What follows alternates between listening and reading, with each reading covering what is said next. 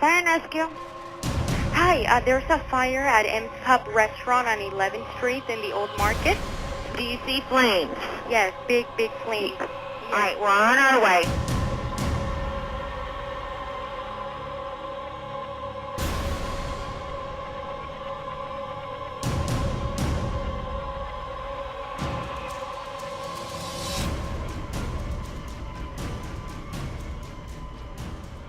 I'm not sure exactly why the gas line was hit, but they were doing some boring. I believe they were installing TV cable, and it hit a gas line. How you respond to a gas leak can be a matter of life and death. Gas leaks should never be taken lightly. It's the law to call 911 upon the release of any hazardous material. Emergency responders are trained to protect life and property first. On this block, we surveyed all the houses. We had people shut their windows, turn off any of their heating, ventilation, their furnaces, and that kind of stuff, and then evacuate. In this incident, gas is escaping into the atmosphere. Neighbors complained of the heavy smell in the neighborhood. The wind is definitely a help. If you don't have wind, then the gas can just sit in one area and it can build up.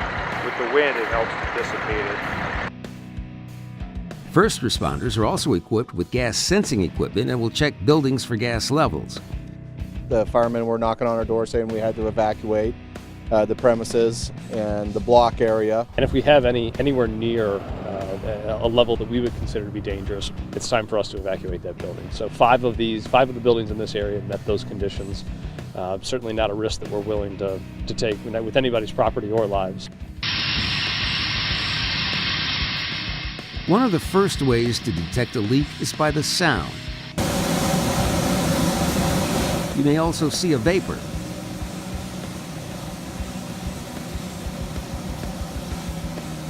Natural gas is lighter than air, so it'll tend to escape upwards, but it's important to remember that it'll seek the path of least resistance and could be traveling underground through sewer lines or other conduits. We hit a gas line. From there, the town got shut down temporarily. Things went south, you might say, for me. We found the gas was getting into the sewer system. We expanded our evacuation out another 4 or 5 city blocks. I was glad nobody got hurt. That's the most important. We had some contractors working right next to the hospital here and went ahead and dug in and broke a 2-inch gas line. It's because we're right in an area here with the hospital and the primary care centers here, and our resources here. We actually called out some extra resources to get on scene here quick. We were very fortunate today. We did leave crews with monitors at the hospital at all times, and then we went ahead and checked out the buildings south of the break. And at that point, they could start to smell a little bit of gas, but it wasn't enough that read on any of the monitors. Another way to detect gas is by smell. There's an additive added to natural gas to odorize it, and you're going to get whiffs of that as the wind directions change. You never know what you might encounter on a job site. This gas line was damaged during the removal of a light pole. It's important to always call 811 and then pothole and visually verify the depth and location of utilities prior to any excavation. Prior to our arrival, some gentlemen were working, some contractors using a backhoe. They saw the markings and didn't think they were close to it, but inadvertently struck this line.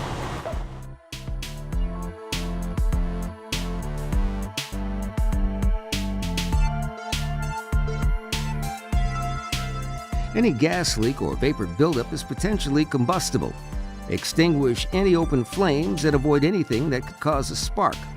This electric crew was fortunate to have escaped unharmed when they struck a gas line while replacing a power pole.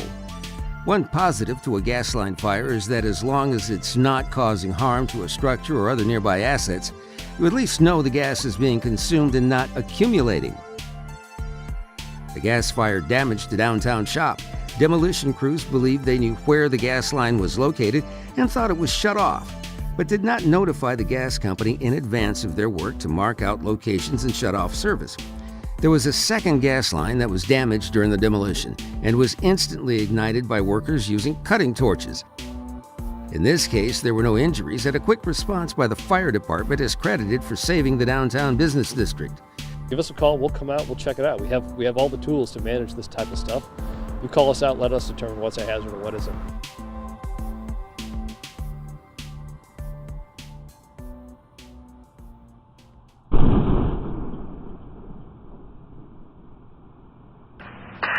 Dispatch, mayday, mayday, mayday. Mayday, mayday, mayday. This is Battalion 6. I need a full response. I have firefighters missing. Battalion 6 declaring mayday. Full response. You're going to be getting engine 35, engine 31, engine 16, and ladder 9. Looks like we have two buildings that have been impacted by the explosion. Are all members accounted for? I do have 2 members that have injuries from flying debris. Can I get some assistance with roping off the area? 9 firefighters were injured and 3 businesses were completely destroyed. While not excavation damage, the cause of this accident should cause anyone in the buried utility industry to take note. We have wires down. Hope we have a city light on the way. Firefighters responded to reports of a leaking gas pipe located in a narrow alleyway. The pipe was assumed to have been abandoned. According to news reports, this alleyway was frequented by homeless and other individuals who would store belongings near the line and would often trip over and bump into the line. A homeless man was applying force to the line when it ruptured, 12 years after the line was believed to have been abandoned. In 2004, a contracting company working for the gas company claimed to have cut and capped the line. The investigation following this explosion found that the work was not done and that the contracting company had been fined for falsifying records in another case in 2007. The gas company terminated the contract with this company in 2011. Seattle's interesting because it wasn't excavation damage per se, but it involved records. This line was listed as abandoned by the gas company. You know, records are huge. There's no way an excavator or virtually anyone else can look at a line and say whether it's dead or alive. So you've got to treat every line as if it's live. Anybody who finds an unmarked pipe or cable, call the utility company, put in a one-call ticket, say unknown cable, unknown pipe found, and the utilities will generally be great at responding.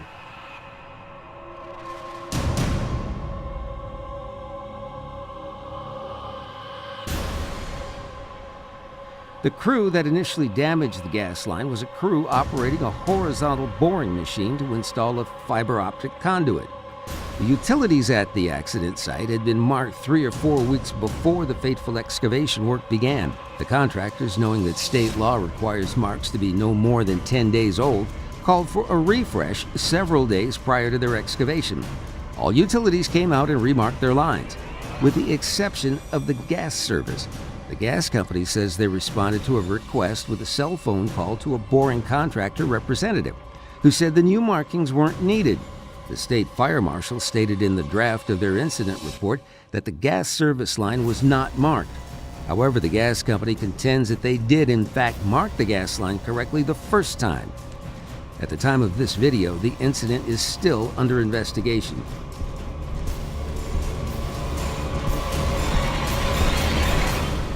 People in the area prior to the explosion could smell gas. One woman, arriving home from work, rushed into the condo building to warn her neighbors. She called 911 just after the explosion. Hi, there was a fire and explosion at M's Pub. The glass blew out. The apartments next door vacated. Everyone is outside or coming outside. I do not know about the restaurant itself. One of the contractors also called 911, barely seconds before she did. We just had an explosion. I'm sorry? We just had an explosion here. We had a natural gas line, we believe. Okay, do we have an injured person? I believe there's going to be, yes. Other news reports show that the contractors knew that they had hit a gas line. Another woman inside the ground floor restaurant of the building that exploded smelled gas and saw the workers outside. She approached them and asked if everything was okay. The response was, yes, we hit a gas line. By her account, it was around 2:30 p.m. Fire crews were en route to the blaze at 2:51 p.m. on Saturday afternoon. The last fire hose was shut off at 7:30 a.m. the next morning, leaving nothing but a frozen, collapsing hulk behind and many questions to be answered in the months following. Excavation work is hard work with high stakes. Safety begins with your call to 811, but it doesn't end there. Pothole and visually verify all utility locations, even if your excavation is shallow. Stay alert and know how to identify a gas leak. Treat every line as if it is live, even if it doesn't appear on utility maps. If you're working in an area that has not been marked or the marks are outdated, don't dig, call for a locate. It's the law to call 911 immediately if you or someone on your crew strikes a gas line. Cutting corners is never worth the cost. Always put safety first.